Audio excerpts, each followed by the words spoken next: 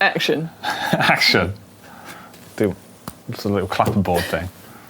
Welcome to the GCN Tech Show. This week we have got a tyre tech special where we're going to be talking to real life, genuine experts from Pirelli tyres. Ooh, this is going to be mega. It's going to be good. I'm also stepping in for Ollie, but also to update the comment section of the week wrap, because that definitely needs updating. Can't believe that's still in. Some people say the presenters are hilarious. Others appreciate the cycling tips they share with us. But also, to discuss Pinarello's new bikes, we've got roadside bike sheds, we've got a Pirelli with 3 pony wheels, and the world's most expensive straw to drink a shake from. Oh, I wish I could get one of these. And we've also got the world's most desirable bike polls still running over on the GCN app. So if you haven't voted on that already, head over and do that. Right, let's get to this, shall we? Let's do it. Boom.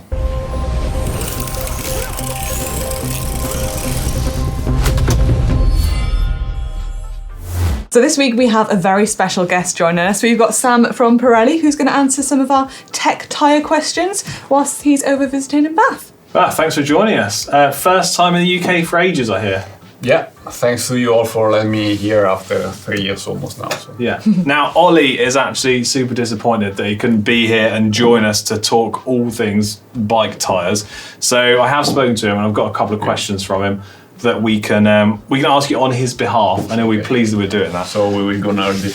Yeah, right. We'll go nerdy straight away. Straight in. That's perfect. So the first thing Ollie wanted to discuss is we wanted to talk about tyre testing methods in terms of rolling resistance, and how do you guys go about testing tyres, and do you think there's ever a way of improving this in terms of making it a bit more like real world testing?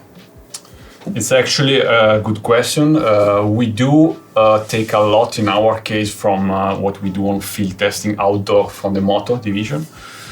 So the idea is as simple as to put together data coming from the laboratory, so machines testing, and their only resistance is a number. That's easy, and then putting them on the ground on the field testing with the instrumented bikes and the subjective feelings of the tester. So we do have colleagues that actually, as a job, they run outdoor field testing 25 days a week. Yeah. That's a good ride. job to have. Yeah, it's a good one. Yeah. Because they ride as much as the pro, but without having the diet thing or performance. And the pressure of winning. The pressure of winning. Yeah. They just go out riding. So we combine subjective feelings with measured outdoor as well as on the labs. All the 3 things together, they make us more aware of where to direct the development. That's the thing. And it's coming from the, let's say, moto way of working. And you mentioned Pirelli make tyres for cars and everything. Yeah. How much of the tech from the cars crosses over to bike tyres? Yeah, it can be either on, there is a lot from mountain bike to road. On the road side of things is more about the chemicals, while on the off-road, for example, there is a lot on the textile material as well, or the way you build the tires. On the road there is chemicals a lot that we take from motorsports mainly, because we have the advantage of having lightweight products. So whatever chemical we use very few quantities if you compare to a car tire, of course. So that allows us to go as advanced as we want in terms of chemicals, and we take all the benefits of working in a bigger company which deals with chemicals on a bigger scale. And we consume really a few for the bicycle tires, so we have basically all the toys we want to create them on the chemical side of things. That's really interesting. Now, I am always one of the first people to be telling everyone at home that, look, invest your hard-earned money into bike tyres, because I do genuinely feel upgrading your tyres is one of the best upgrades that you can make to your bike in terms of not only all-out performance, but also in terms of the cost that you're going to get for that performance as well. So do you think you would agree with that statement that tyres are really up there with one of the best things you can do? Yes, we definitely agree, and there are many perspectives you can look at that. I mean, there is clearly the weight saving topic, for example, which is really easy. You save the weight on a movement part of the bike, so the fact that you can feel is more effective. And then there is the performance and comfort side of things. So like the rolling resistance, the absorption of the roughness of the road. I mean, it's all coming from the tires, because that's the first contact point. So the principle is as effective as for any other vehicle. And in bicycle in particular, because there is a lot of air, actually the tire is kept in shape by the air, which is not the case for the motorized vehicles. It makes it a lot effective, so it's the best money to invest, also in my personal opinion. Do you think it matters whether you have, say, an entry-level lower-cost bike or a premium race bike? You think the benefits could be applied to both types? Yes, Okay. definitely yes. Yeah. It's all about the dynamics of what's happening on the road, regardless of the level of the bike you have. Then, of course, you add performance from the rest of the bike, depending on how good it is. But the contact point is still that one, and the first feeling that are transferred to you, to your body, they are filtered by the tire at first. So. Not as complicated question, but how long does it take to produce a tyre? Oh, that's a Just good to make question. it. Yeah. Not to design it, but just to Okay, so whip it the up. manufacturing, I mean, if you break it down, I mean, it happens in different moments, but altogether it goes from 3-4 minutes to 6 or 7. That's more or less That's really quick. That's way quicker than I that's thought. Yeah. quite quick. I mean, then they do not happen at the same time, so it's not that you sit down now and in 6 minutes you have to Okay, yeah. They go through different process, but I mean, the manufacturing time of each of them summed together, it's from 4 to 3-4 up to 6-7. Nice. I'd love to see how it's actually For made. road tire, Yeah, mountain bike can go up to 10. Okay. or more or less. You say you're interested in seeing how it's made. Is it like made in a mold or like? Well, don't give any secrets away yet. I'm actually going to go to the Pirelli factory in a You few lucky weeks. fucker. I'm gonna come over and say hi, and Yeah. we're gonna see all the behind the scenes stuff. Well, as much as we can. Yeah, no, that's going to be interesting. You will Yeah. see. We actually going to host you in Milan, really nearby our headquarters, where we have our new factory, which is up and running, doing only cycling tires since a little bit more than a year. So Yeah. you will see that brand new. I mean, it was the last missing link that we had in our own cycling division. So you will be happy, and that will be something that Yeah. you will see, and something you cannot see. Yeah, top secret. Secret. Yeah, there Top is secret something stuff. going on. I can't wait to go. It's gonna be really Is interesting. Ollie going? No, Ollie's He's not. going to be mad Yeah, about Just that. me. I mean, we can host many of you. Yeah, you want to come? You do Okay, your yeah. own discussion and you tell us how Yeah. many of you. We will. Now, I've actually got a couple of questions, kind of similar here, but I want to talk about tyre colour. So, most tyre manufacturers, yourselves included, will do tyres with a black sidewall and a tan sidewall. And the first one I want to discuss is a rumour that I've heard, and that is that a tan sidewall tyre is slower than one that is a black sidewall tyre, so similar to this. Is that true?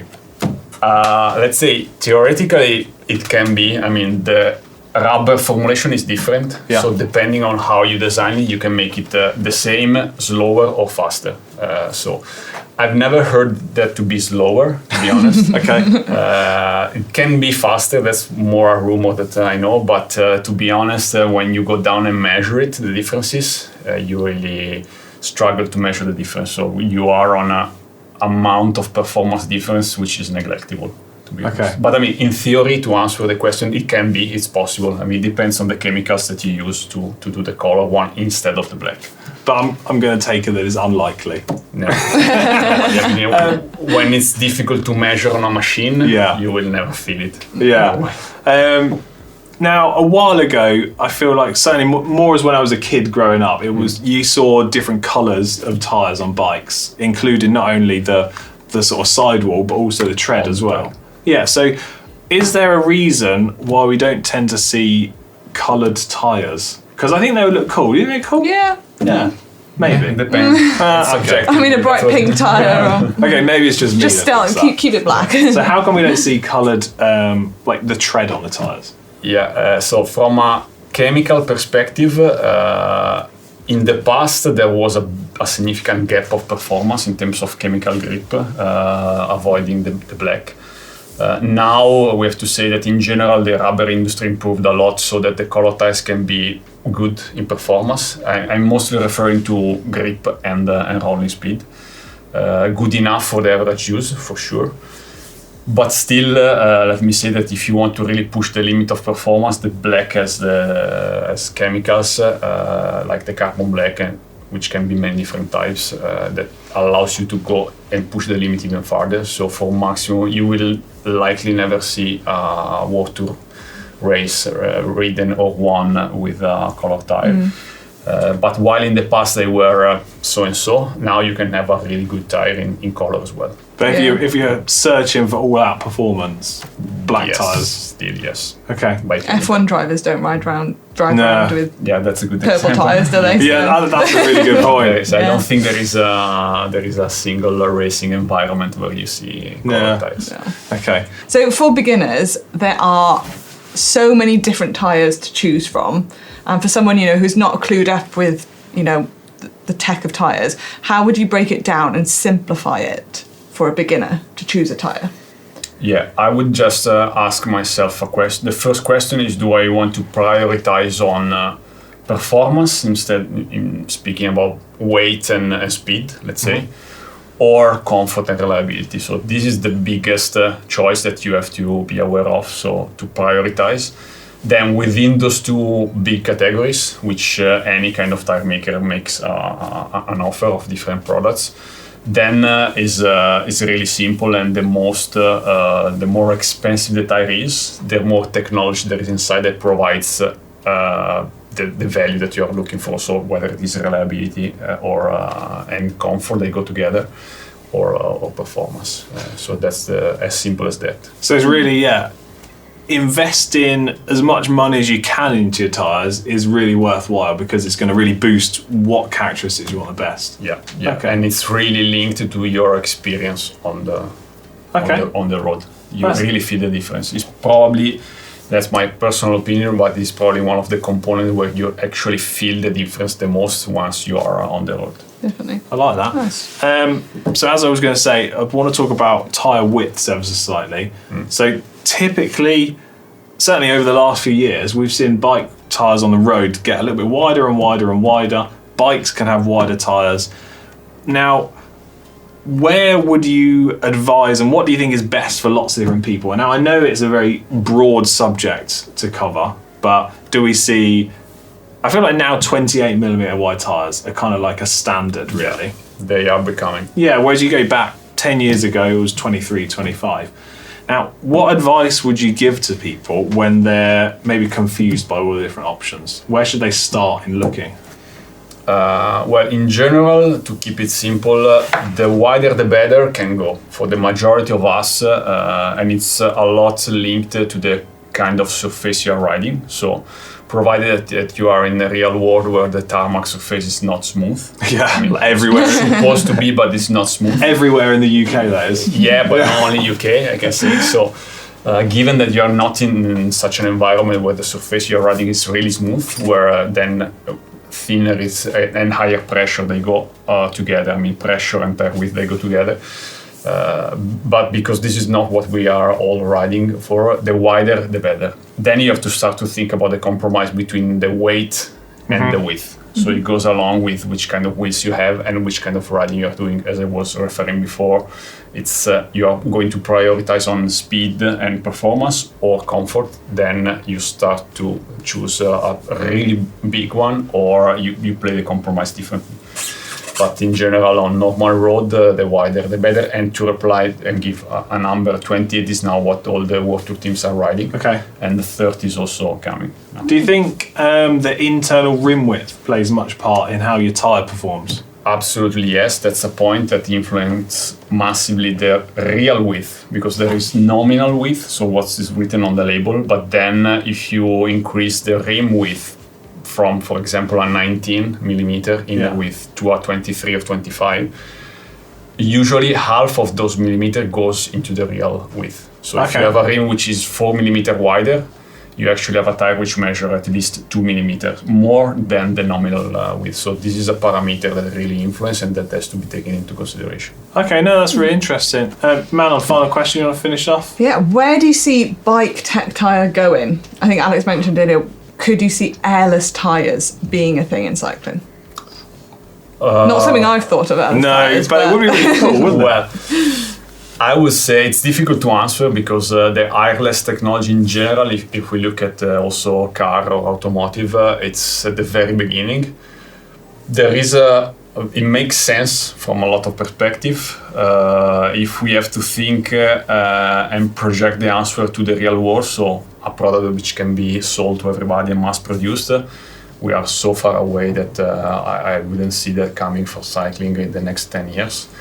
Maybe in 20 years. But I mean, short term, we don't see that. And mainly because of the weight. Yeah. Which is the single technical characteristics that makes the cycling world completely different than all the other automotive ones. Yeah, it does seem almost near impossible to make something lighter than air. Exactly. I was about to say the same. Exactly. Okay, then that's been super helpful. I've enjoyed having a good chat about tyres. Thanks very much. Thank you very much. Thanks to you for asking. Yeah, well, thanks.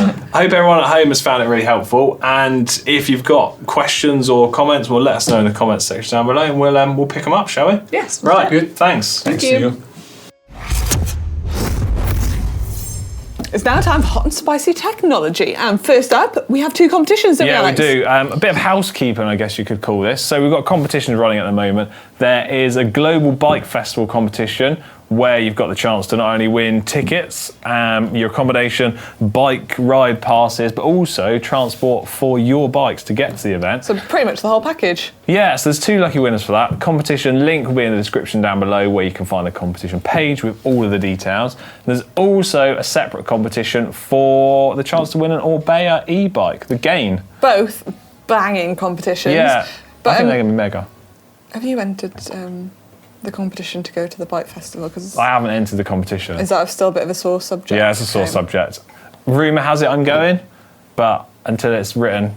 Until it's on down. Instagram. Until it's on Instagram, or not I've got happening. some sort of paperwork for this, guess I'll just be here. Well, you might be there, you might not. Be a nice surprise if you are. That would be a lovely surprise, Yeah. actually. Rumour has it it's Si's birthday around that sort of time. Is it? Is it a big one? Yeah, I think it might be 40. Wow. Yeah, that's incredible. Right, first time in Hot Tech this week, we are going to talk about little green bike storage sheds. Yep.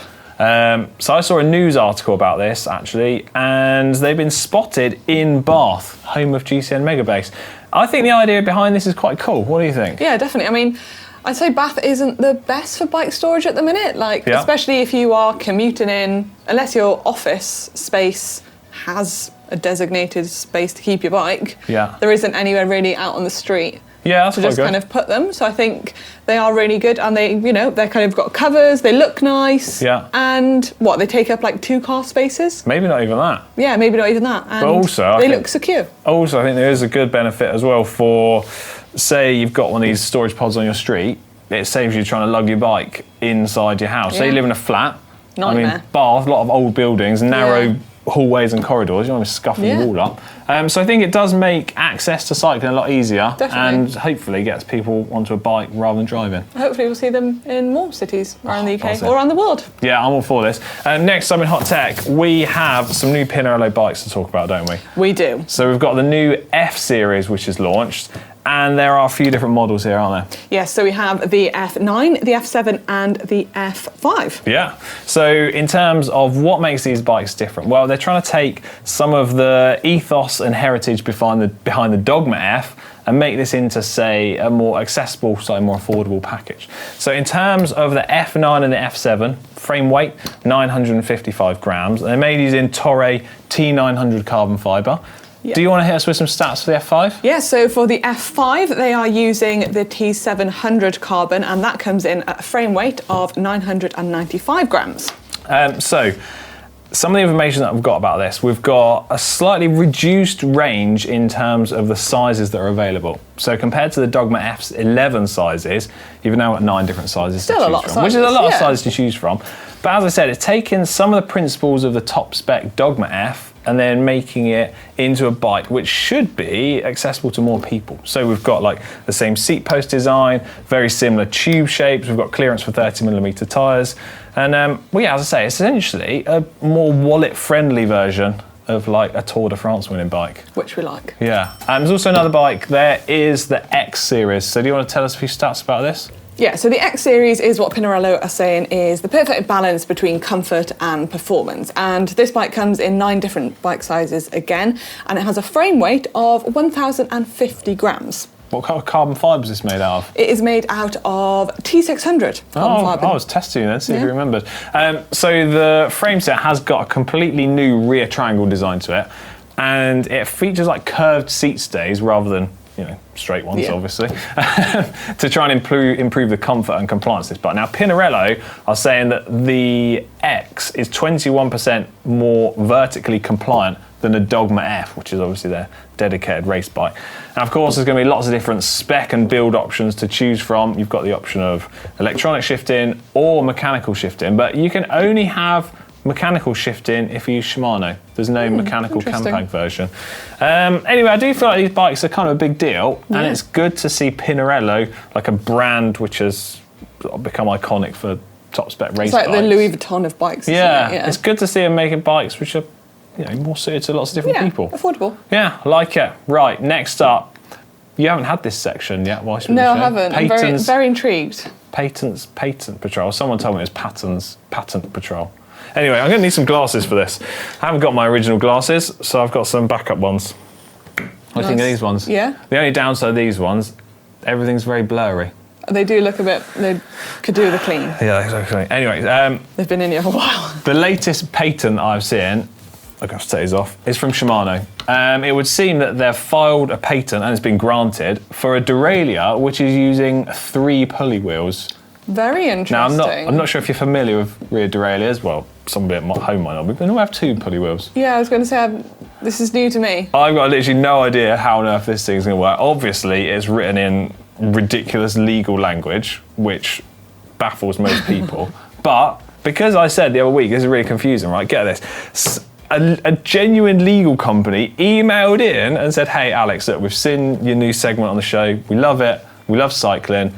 We can offer expert advice. Wow. So in the future, where this is relevant, I think we're going to have like an on-show expert, or at least advisor. That would be well cool. That would be mega cool. Yeah, if you're into all that legal stuff. I'm not. That's why we need an expert advisor. Right, finally, hot tech. Last thing this week is something that I think is incredible. Do you want to start us off talking about it? Basically, some titanium straws, but are quite expensive for straws. I feel you've undersold that a bit there. Yeah, it's just... Right. It's just a little bit much for some straws. I like them, I love the idea, but I feel like I couldn't bring myself to pay that much for a straw. Right, man, right. I was looking on the Silka website and I was buzzing about these things because I was looking at all the stuff which I really wish I could buy, but unfortunately I just can't buy because, money's hard to come by these days. So titanium straws, there's a good story behind these, right? Okay. So Silka make titanium bottle cages. Mm-hmm. When they make the bottle cages, they're made from one big long section of titanium tube. Silka know that they can make however many number of bottle cages out of one section of tube. And then at the end, they're left with a bit of tube which they can't make a bottle cage out of. So they make a straw? So instead of that bit of tube going to waste, landfill, not used, waste material, they're going to let's make a titanium straw. Okay, fair. And let me get you the details.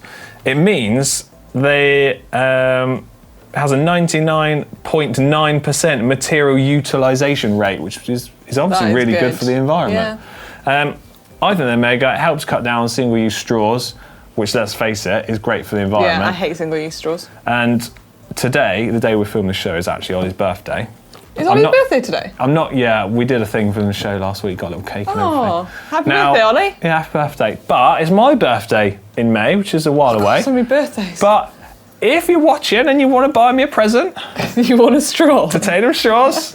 Okay. I'll have the oil slick colour or the rainbow ones, please. Okay, I'll keep that in mind. I don't know. See what we can do. If Chloe's watching the show, Chloe, titanium straws, please. Thanks very much.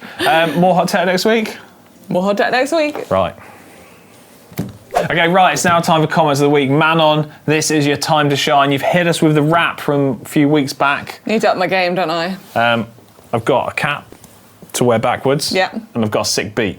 Let's do it. Are you ready? Let's do it. Hit it. Some people say the presenters are hilarious. Others appreciate the cycling tips they share with us.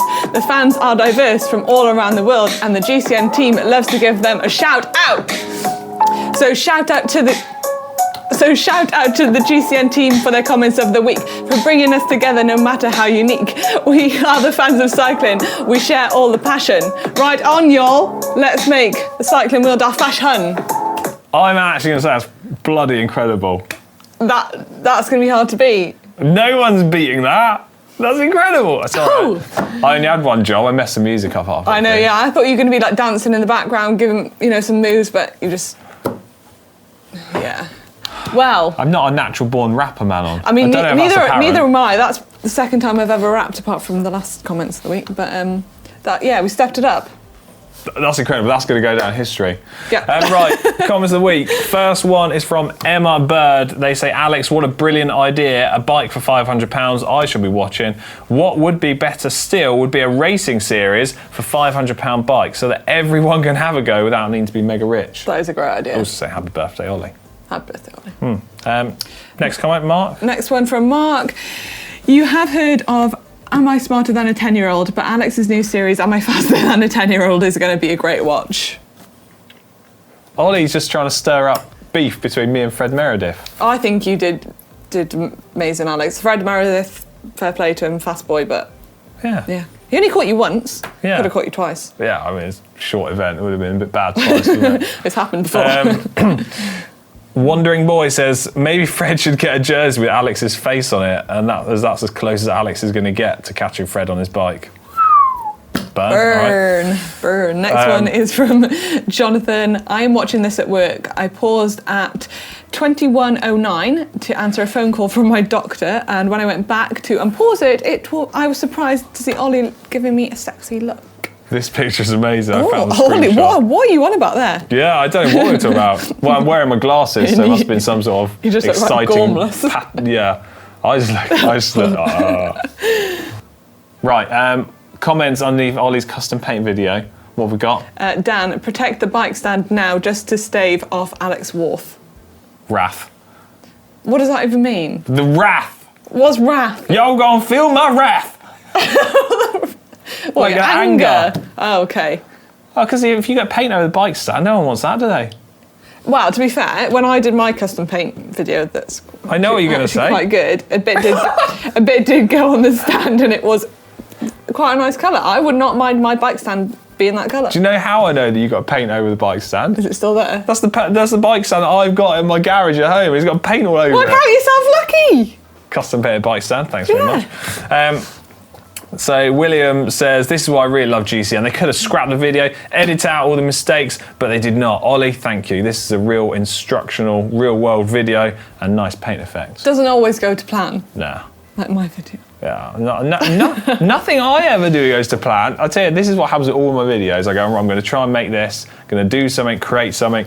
Carnage happens throughout the video. Then at the end, I have the same line. There's a reason why people are really good at this stuff. Professionals. It's because it's difficult to do. I can't do it. I think our problem is sometimes we try and be professionals in lots of different areas. And we try and do everything, but we just end up being good at nothing. Yeah, just very average. Okay. Well, it was good comments actually under some of the videos from last week. It's now time for the bike vault. Oh. You got the bell? Of course I have. You're always in charge of the bell when you come on the show, aren't you? Do you want No. Does Ollie let you ring the bell? Yeah, he does. I don't even... How long have I been here at GCN Tech now? 2.5 years? Yeah. Is it 2.5 years? Don't think I've seen Ollie ring the bell once. Really? No. I don't think I have either, actually. No. All right. See how long that keeps going. I'm okay with that. Yeah, all right. The most super nice bike from last week, it is from Christian Peacock. It's a Cervelo S2. Ooh. How is this the most super nice from last week? Nice bike, I like it. Yeah, I think... Cranks, level, but orientated the wrong way around. Yeah. Valves, not quite aligned. Background could have been better, but you've got to work with what you've got. I'm going to go nice. I can't vote this super nice. But it's been voted most. Yeah, but we're going to vote on it anyway. We're going to go against what everybody else has said. Yeah, whatever. What do you think then? This is your doing, not mine. If they come for us in the comment section, I'm not taking responsibility for this. Even after just doing that horrific rap. Oh my All right. We'll I thought you brush said it past was that. really good. Yeah, it was good, yeah. Loved it. Don't give me hate for making Okay. a rap. I'm not a rapper, No, you're as you not. can tell. Right, so next bike. This is a Neo Retro Cannondale from Skier Guy 995. Cannondale R400. They say 8.9 kilograms without bottles or a saddlebag. Titanium skewers. So a few little upgrades and stuff on this. Nice. What do you think of it?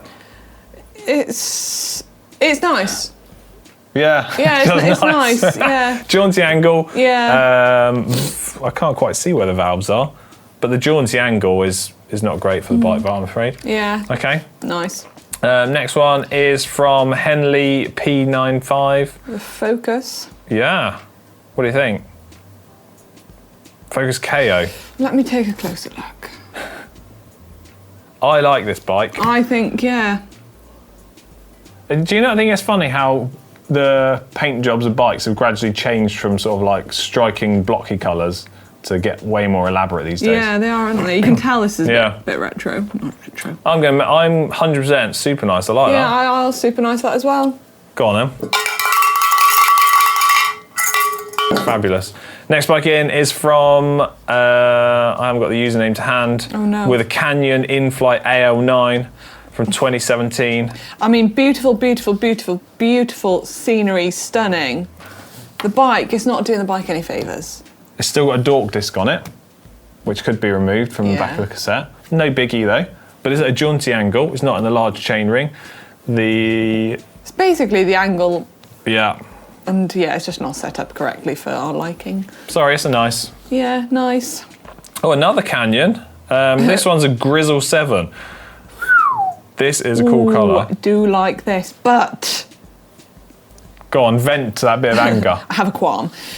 It's facing the wrong way. This bike has so much potential. It is a striking coloured bike. Yeah. Tan sidewalls, stunning. We haven't got any. We've got just one mudguard thing on it, but no bottles or No anything unnecessary anywhere. stuff. And it's not. It's really nice. But it's only a nice. Yeah, you were passionate about that one, weren't Yeah, you? I really like that one. Oh, look at this bad boy. Oh yeah, that's incredible. That.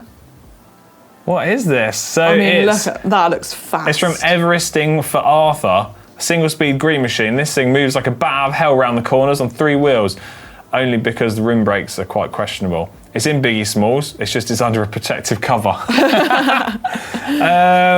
It comes with safety features such as front and rear reflectors and wheel reflectors. That is. That's super nice. Cranks are alive. What more could you want? That perfect example. I think that's the first bike like that we've ever had in the Bike Vault. Oh, I've seen a few of those. Yeah? Yeah, I've seen a few of them already. What a fantastic way to end the Bike Vault. I know, and that was good. to draw this show to a close. It's been fantastic having you back. I'll tell you what, thanks. I thoroughly enjoyed speaking to the guys from Pirelli. We had a Yeah, great it's time. been super insightful. Yeah, I hope you found that really informative. And if you have any more questions, well, let us know in the comments section down below. And you never know, we might get to them in a future tech clinic. Oh, yeah. Right, see you later. We're out of here. Bye. Bye.